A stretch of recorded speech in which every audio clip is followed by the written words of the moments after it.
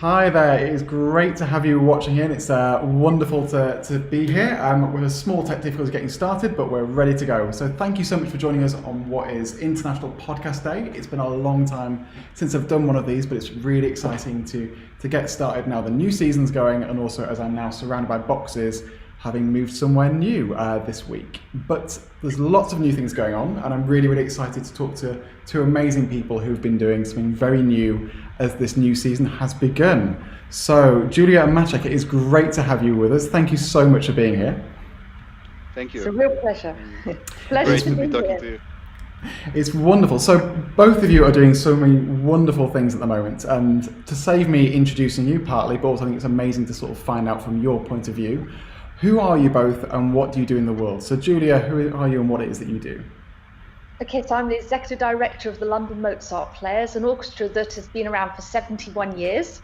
And I'm also the co-principal cellist. So it's a lovely position to be in. I actually get to play in all the concerts too. And just recently, it was lovely to be a cellist in the concert when your other guest played, when Maciej played with us. I could appreciate everything he was doing because he played a piece that I have a real heart for too. Fantastic. And Maciej, what is it that you do in the world? How would you define yourself? Well, musician, hopefully. Well, I play solo chamber music. I teach also at the academy.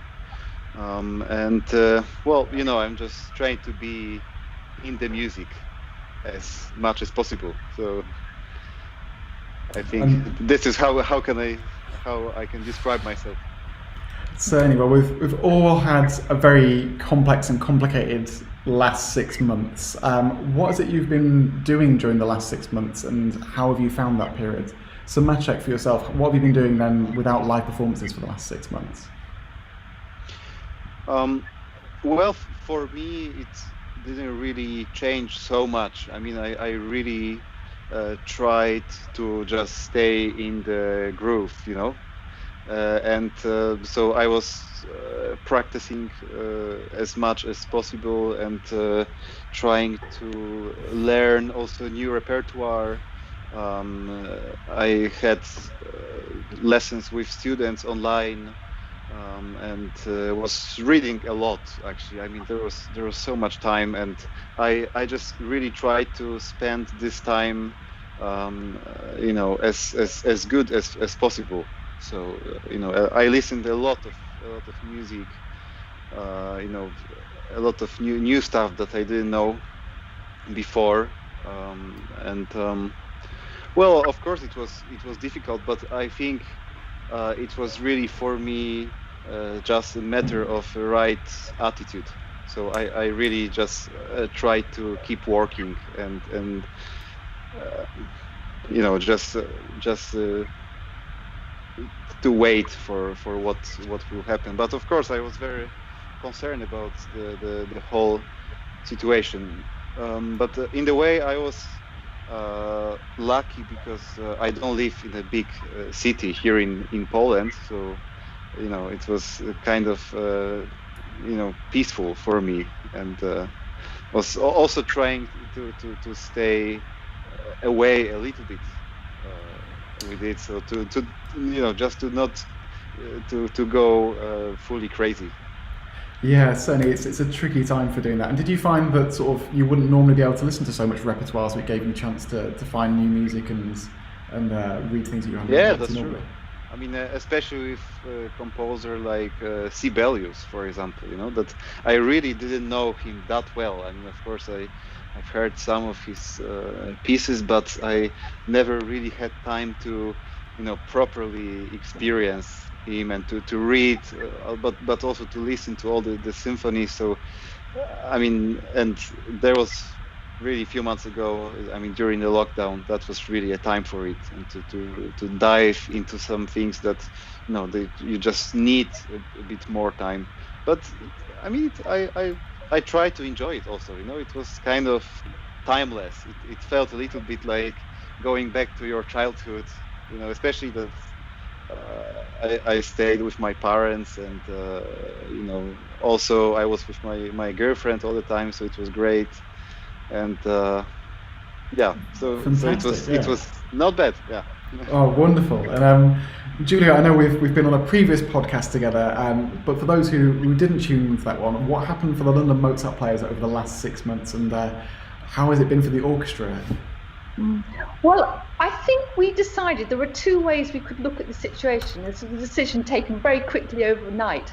Either we sort of laid low for the time and waited for this time to pass, or we took the chance to find opportunities, and there are always opportunities in every situation.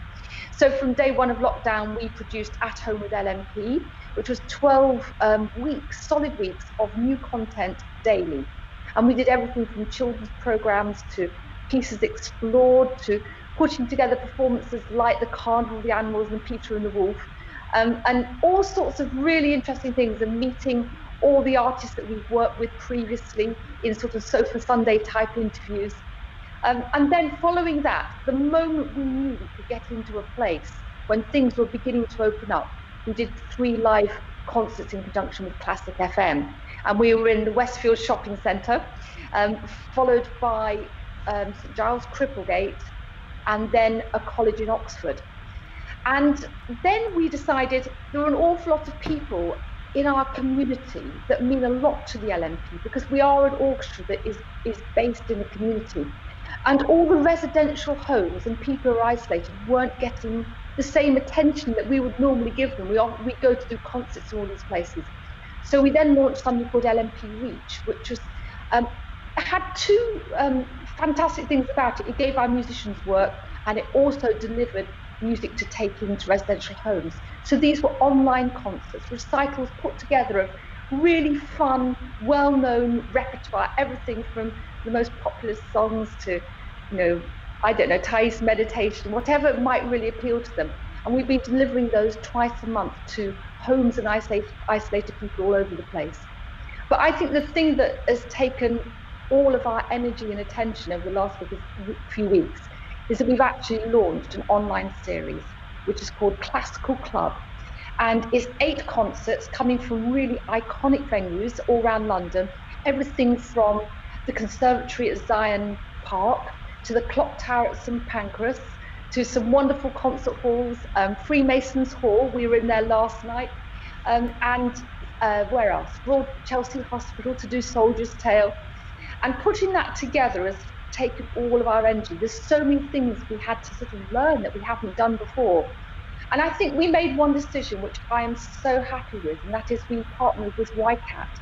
And that is why Maciej came to play with us. And we're featuring 3 of their brilliant young superstars. And I think we felt that at this time, young people were really suffering. All these stars would normally have this massive career going on and lots of concerto performances. Everything had stopped. So whatever we could do to help that along, we really wanted to. And it's always been part of the vision of the LMP to offer a platform to young musicians. So our programme offers 3 big orchestral concerts, which is so exciting. 2 children's concerts and 3 chamber music concerts. It's incredible just how busy you've been. And I remember speaking to you, I think it was after the first concert in Westfield. So just seeing how much you've done since then and continue to is absolutely incredible. What sort of a response have you had for doing so much online? We've had a fantastic response, and it's a time when normally we'd be wondering, how do we keep all our LMP friends on board? Because obviously they are very important to us, and they provide, some sort of financial stability and everything to the organisation. In actual fact, we've been gaining friends all the time, which is amazing. You'd think things would be shutting down, but they're not. And people are just adjusting to a new way of listening to music. And actually, this is another incredible opportunity, if you can see it like this. When our music is now going to all corners of the earth that we wouldn't have thought it would have reached before. So we're getting a much broader audience, as well as looking at the figures, we've got a much younger audience online, which we struggle to get in a concert hall. So there are lots of positives we need to take forward and away from this situation. Massively, and it's so good to hear just how much of a success it's been, from going from what may have felt like a standing start or being at the beginning of your digital journey to then having to sort of innovate so much and put out so much content. So I think it's amazing. But the reason we're the three of us all talking is partly because of what you mentioned about your new classical club series. And the two of you have collaborated on the first concert in the series, if that's right? That was right. There's the opening concert that went out last Thursday, and we recorded it the previous week in St John's Upper Norwood, which is the home of the LMP. Fantastic. And Maciej, what were you playing and performing with London Mozart Players? Well, I performed Robert Schumann Cello Concerto, and we also recorded a beautiful piece written by Antonin Dvořák Silentwood that was also online. So, well, it was a real pleasure, and it's just so great that it actually happened in this strange time. And well, I was very happy to play with London Mozart Players, and well, I only hope that we can play again in the future.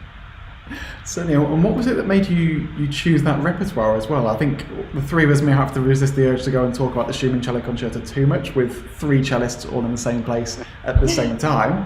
But what is it that made you really want to go for something like that rather than, say, for example, Dvořák Concerto or Elgar or one of those things? Well, I think it's a very special concerto, and for me also it kind of stayed with me so far during my musical career, and I performed it already quite a few times, and Schumann was one of the craziest composers, and he could write really fast. For example, I think there is one letter or he wrote somewhere that I couldn't sleep whole night, and I wrote finale, of his fourth symphony. So in one of his manic, depressive states, and you can somehow hear it in the music. I think so. In the first movement, it's kind of everything is unsettled, and you have big contrast, big emotional contrast, and can change very quickly. Sometimes, after one bar or two bars. So, sometimes the music is kind of, almost depressed, but like very introverted, and then suddenly, very open and passionate, and then second movement is one of the most beautiful things ever written for cello, I think. Totally. And this beautiful duet with the principal cellist in the middle of the movement is it's just really like a dream. So, and this is for me always such a special thing to perform. And actually, I think I always play this concerto for the second movement, to be honest. It's such a stunning piece. David, can I tell you why Maciej played the Schumann Cello Concerto? Certainly can. It's originally, we were thinking, how many of our orchestra can we get together? How big an orchestra can we play with, knowing that we're all going to have to be socially distanced, having all the wind players 3 meters away from each other and away from the strings. We were spread practically from one end of the church to the other. It was extraordinary, and even when you see it on the film, it won't look quite like that, but it absolutely was. We have this incredible orchestral manager who measures between each of us, and if anybody moves a chair, we're in trouble. So we were first of all thinking, how about a nice Haydn cello concerto? And I went to Sue Hudson at YCAT, who manages all the artists there, and I said, well, we might really like him to play Haydn, and she said, no, Maciej would like to play Schumann. So I said, okay, we'll play Schumann. And actually, it's also good for a chamber orchestra. It works really well with a chamber orchestra. It's so incredibly orchestrated. And he writes, it's so sort of transparent, so the cello can just really shine through. And Maciej really shone through. It really is. And it's for me, I'm amazed because my relationship with that piece changed over time. So when I first heard it as a younger person, it wasn't that I didn't like it, I just didn't quite click in the same way. But it seems that sort of, as I've got a little bit older, I can kind of understand, as Maciej was saying, sort of this sort of unsettled feeling of the first movement, and I feel it's more also powerful really and more tricky through. to play and to perform. I think you need to find a special way for this concerto. Oh, so I don't envy you the last movement. But no, it's been wonderful. We have wonderful dialogue with orchestra, especially in the third movement. It's just all these little motifs flowing together, and this is also for me, that's what I love the most, actually, playing with orchestra. That for me it's really like a chamber music. It's not really for me being a soloist, but I enjoy always the pieces that are written. Like Dvorak is also actually for me really like a chamber piece, not so much a solo cello with orchestra. Very much so. So I know now that London Mozart Players are very seasoned at doing concerts without an audience and doing them online.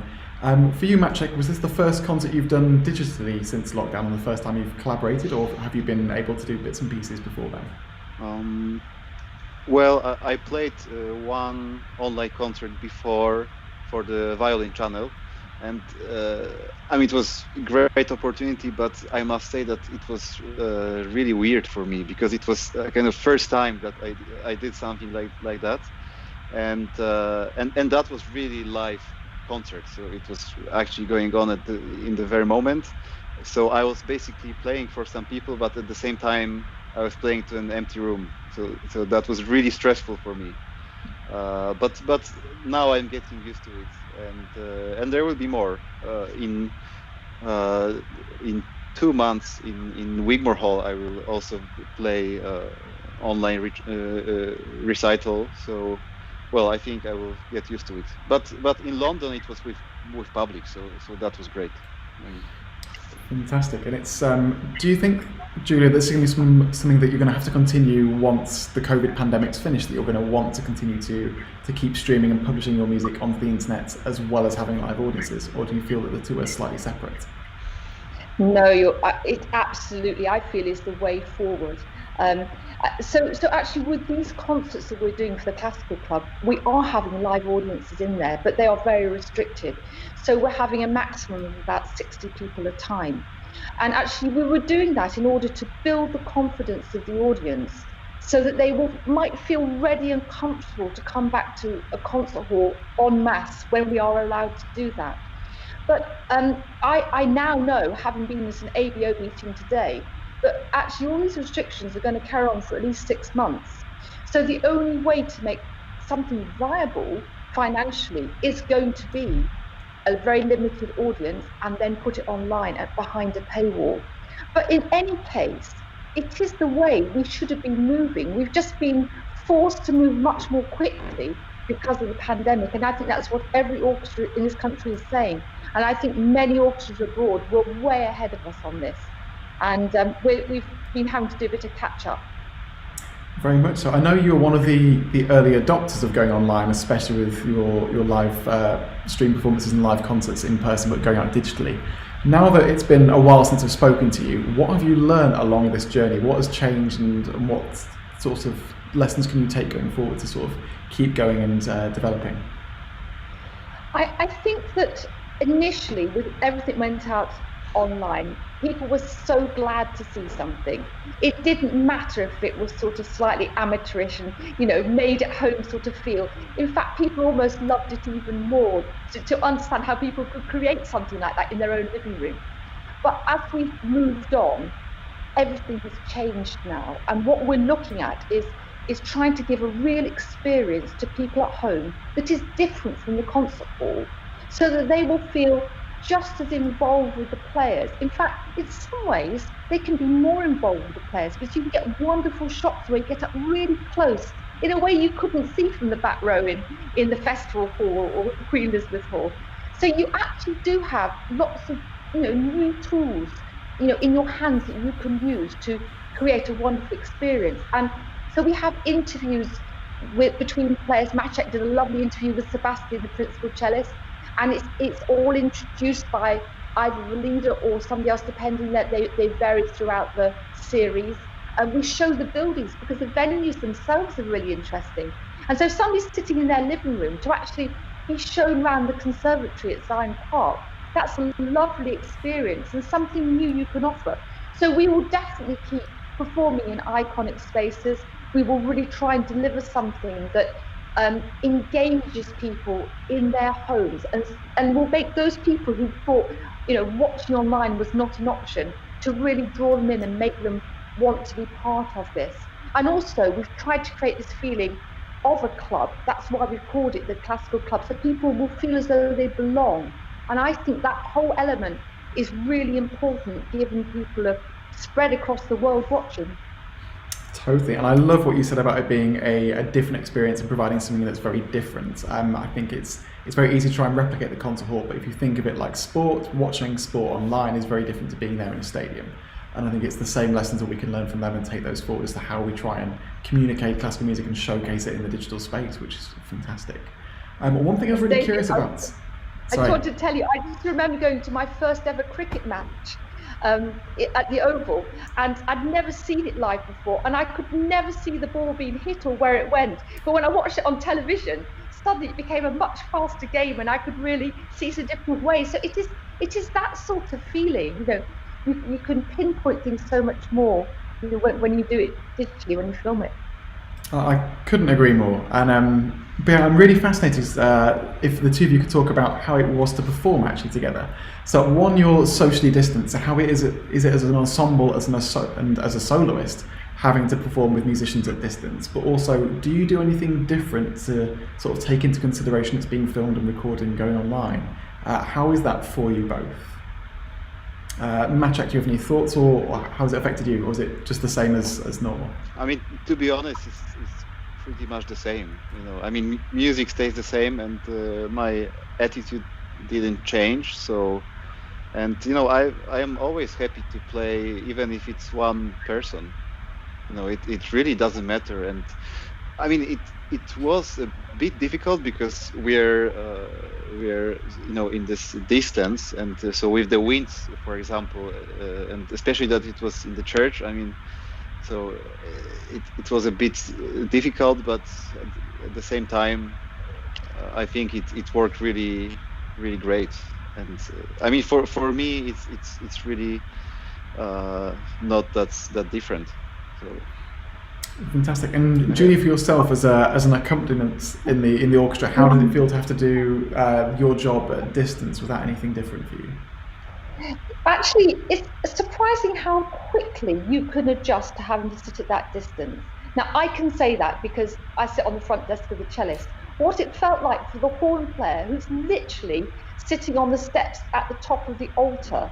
He did this most incredible job. It was Peter Franken. This incredible job. I don't know how he did it, but we didn't have a conductor, so this was directed from the first violin, and so it meant that everybody had to just have the confidence and initiative to just play, and you listen as much as you can. But Ruth Rogers was directed that day, and she did an absolutely great job of conveying what was going on at the front with Maciej. But no, it felt like a really wonderful experience, and Maciej was very, very clear and responded so well with the players. It was a really thrilling experience. That's so good to hear, because I know that one of the sort of the main concerns I heard early on was people being fearful as to, or hesitant as to, what it would be like to try and perform as a spread out ensemble and how you can communicate across an orchestra. But I think it's really reassuring to hear just how fast you managed to adapt to doing that, which is amazing. One thing you mentioned, Julie, is that this part of this series is that you're collaborating with YCAT, who are Young Classical Music Trust. Maciej, I was wondering if you could tell me a little bit about what Young Classical Artists Trust is and how they support you and what that relationship is. Well, so YCAT is basically like an agency for young musicians, and they support young musicians. They create wonderful opportunities for us. I am with them one year. So the finals were last year in May in Wigmore Hall. There were 7 finalists, and it was kind of unexpected because they took everyone. So that was really great. But I think it was also due to variety of musicians. So we had one singer, violin player, pianist, oboe player, horn player, accordionists. So it was huge variety, and well, so far it's great, and I'm so happy that I could play with London Mozart Players, and I played some nice concerts, mostly in London, but I will have in the future also some nice digital recordings, which I think is the way now in this strange times, to kind of access the people. So yeah, it's really great. Fantastic. And Julio, I know you said you were very deliberate in choosing YCAT as a partner throughout this whole classical club project. What were the main reasons that attracted you to working with YCAT? We've worked with them for years, and we've only ever had the most incredible musicians from them. So it was just like the obvious partnership to have for this, and we've just been absolutely thrilled. And we do play with these musicians often. We won't just do one concert with them, so we're really looking forward to being able to invite Maciej back again to do something with us when times are a little bit easier. But actually, interestingly enough, for our whole season of concerts that will go ahead this year in one way or another, I was thinking about them. All our promoted concerts have really young artists in them, which is lovely. And actually, this is such a good way to draw younger audience in, to see these incredible young people. They're such role models and a real inspiration. We've got concerts coming up with Sheku and with his sister as well, with Isata as well, and a very young violinist called Leia Zhu, who's only 14. And she's performing with us. So I think it's a brilliant thing to do in this environment, to encourage young people to be inspired to play. Incredible. And am I right in thinking that the Classical Club is not just only going out on your website, you have a partnership with Scala as well, if that's right?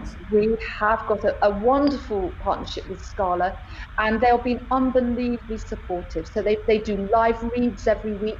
We produce some material that is just for Scala. So the Dvorak Silent Woods that Maciej was telling me we recorded, that was just for Scala viewers. And they're interviewing all of the young soloists online, and they have a lovely web page. Everything's loaded up there for us. So we're getting the most fantastic support. And without that support, in this environment, I think it would be really difficult to market what we're doing. I totally agree. And how is it working with broadcast companies? That's been quite different from what you had to do, say, 12 months ago before all this has happened. Is it quite a new thing for you? Yes, we have actually for a number of years worked with Classic FM in various ways. They put out quite a few of our concerts on Facebook, and we've obviously done lots of things with Radio 3 in the past. But yes, no, it's a whole different ballgame. You're absolutely right. And trying to work out a partnership which gives them something they really want and really does what you need to promote something, it is a real careful balance that has to be found. But hopefully we've done just that with this partnership, and they've been wonderful. No, I think it's really fascinating to see, and also that it's all this content supports each other, so that the Silent Woods leads into your classical club, the classical club leads into the interviews and various things that you do as part of Scala Radio, and it's this whole, it's not independent pieces of content that all sits apart from each other, they all mix and become this one sharing of content, which I think is a fascinating way of doing it all, especially as trying to reimagine what classical music could be in the 21st century. Yeah, another thing we've done that we learned actually when you were asking me earlier, I realised now I should have said, from our series At Home with LMP, so many musicians were showing sides of them we'd never seen before, such incredible talents. And so we've actually tried to include those within this Classical Club series. So our concert at St John Smith Square on the 4th of November, when we do the Beethoven Violin Concerto, another member of our violin section will take charge there, and she will be doing the interviews and doing all the program notes and things for that concert, because she did such a fantastic job in our first series. So we're trying to encourage all the musicians to take a really big part in what we do, because they are a very talented bunch. Very much so. One thing I was wanting to ask you before we go actually is that sort of what the future of classical music is going to be. I know there's a whole thing about what is the value of digital arts and how we make what we do online profitable. I was wondering what your thoughts are about various financial models going forward, and I know that you put Classical Music Club behind a paywall. What are your thoughts about how we're going to be able to monetize what we do in the digital space going forwards? We have to have our series behind a paywall. We're an unfunded orchestra, and there is no other way it can work. So you have to make people expect that if they want something that is really special, they are going to have to pay for it. There's no doubt about that. I was actually on a Zoom meeting with some venues, people who run venues and promoters of concerts. And it's very interesting what they said, because they said going forward, they're going to expect people to be willing to take a risk. So none of this sort of guaranteeing to pay your fee to do a concert, but if you want a concert, it might be something you have to agree to and take a risk yourself as well. So I think we will be moving into a new model. I think from what they were saying, there obviously are going to be fewer concerts going forward, without a doubt.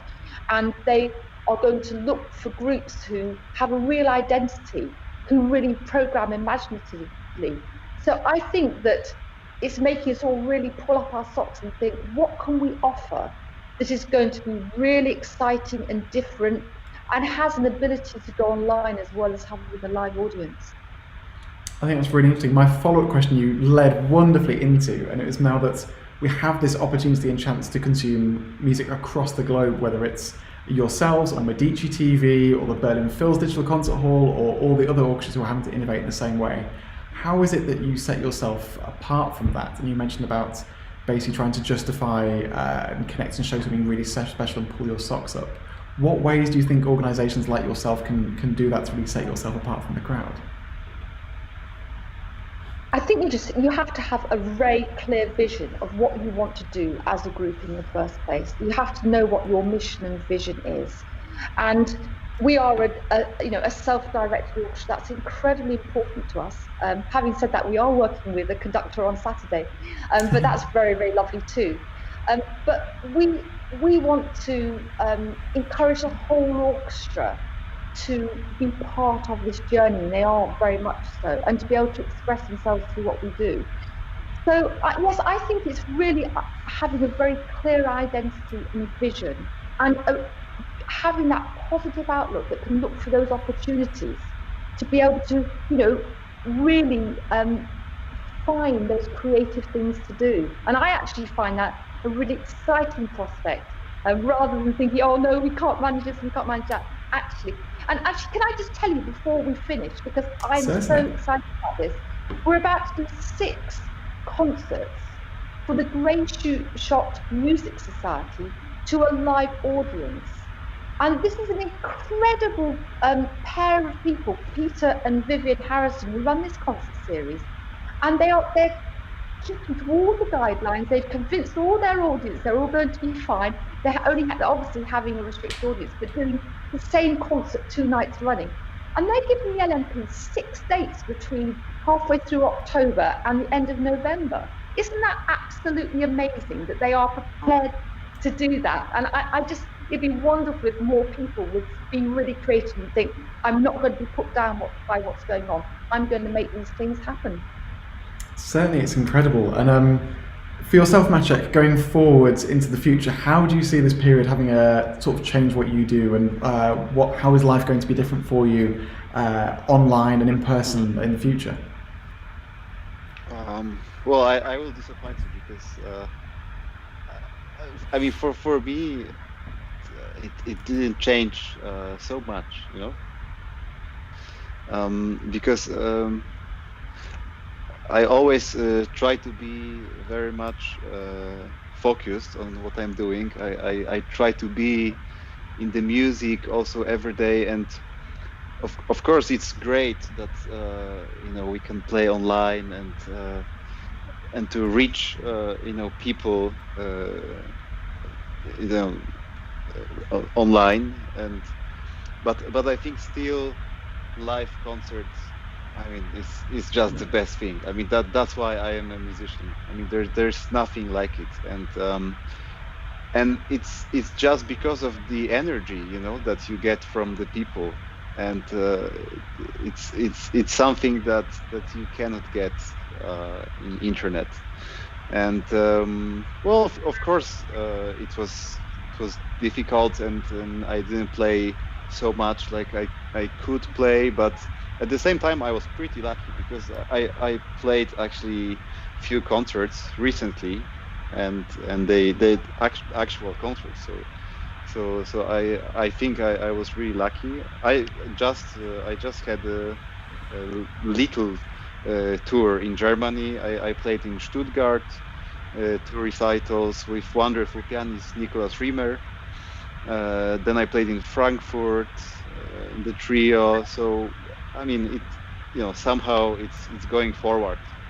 No, I don't think that's disappointing at all, though. I think it's really nice at a time when there's so much turmoil and chaos to have consistency going through and hearing stories. I mean, I just think that we have to do everything just to go through this period, and just we cannot worry too much about the future. I mean, just try to solve it, and I think it's great that we have this opportunities to play now online. And for me it's also wonderful because I will have a lot of great material, and especially nowadays that so many things happen online, and people spend so much time on Instagram and YouTube and Facebook, and I mean, in the way it's a really good way to reach people,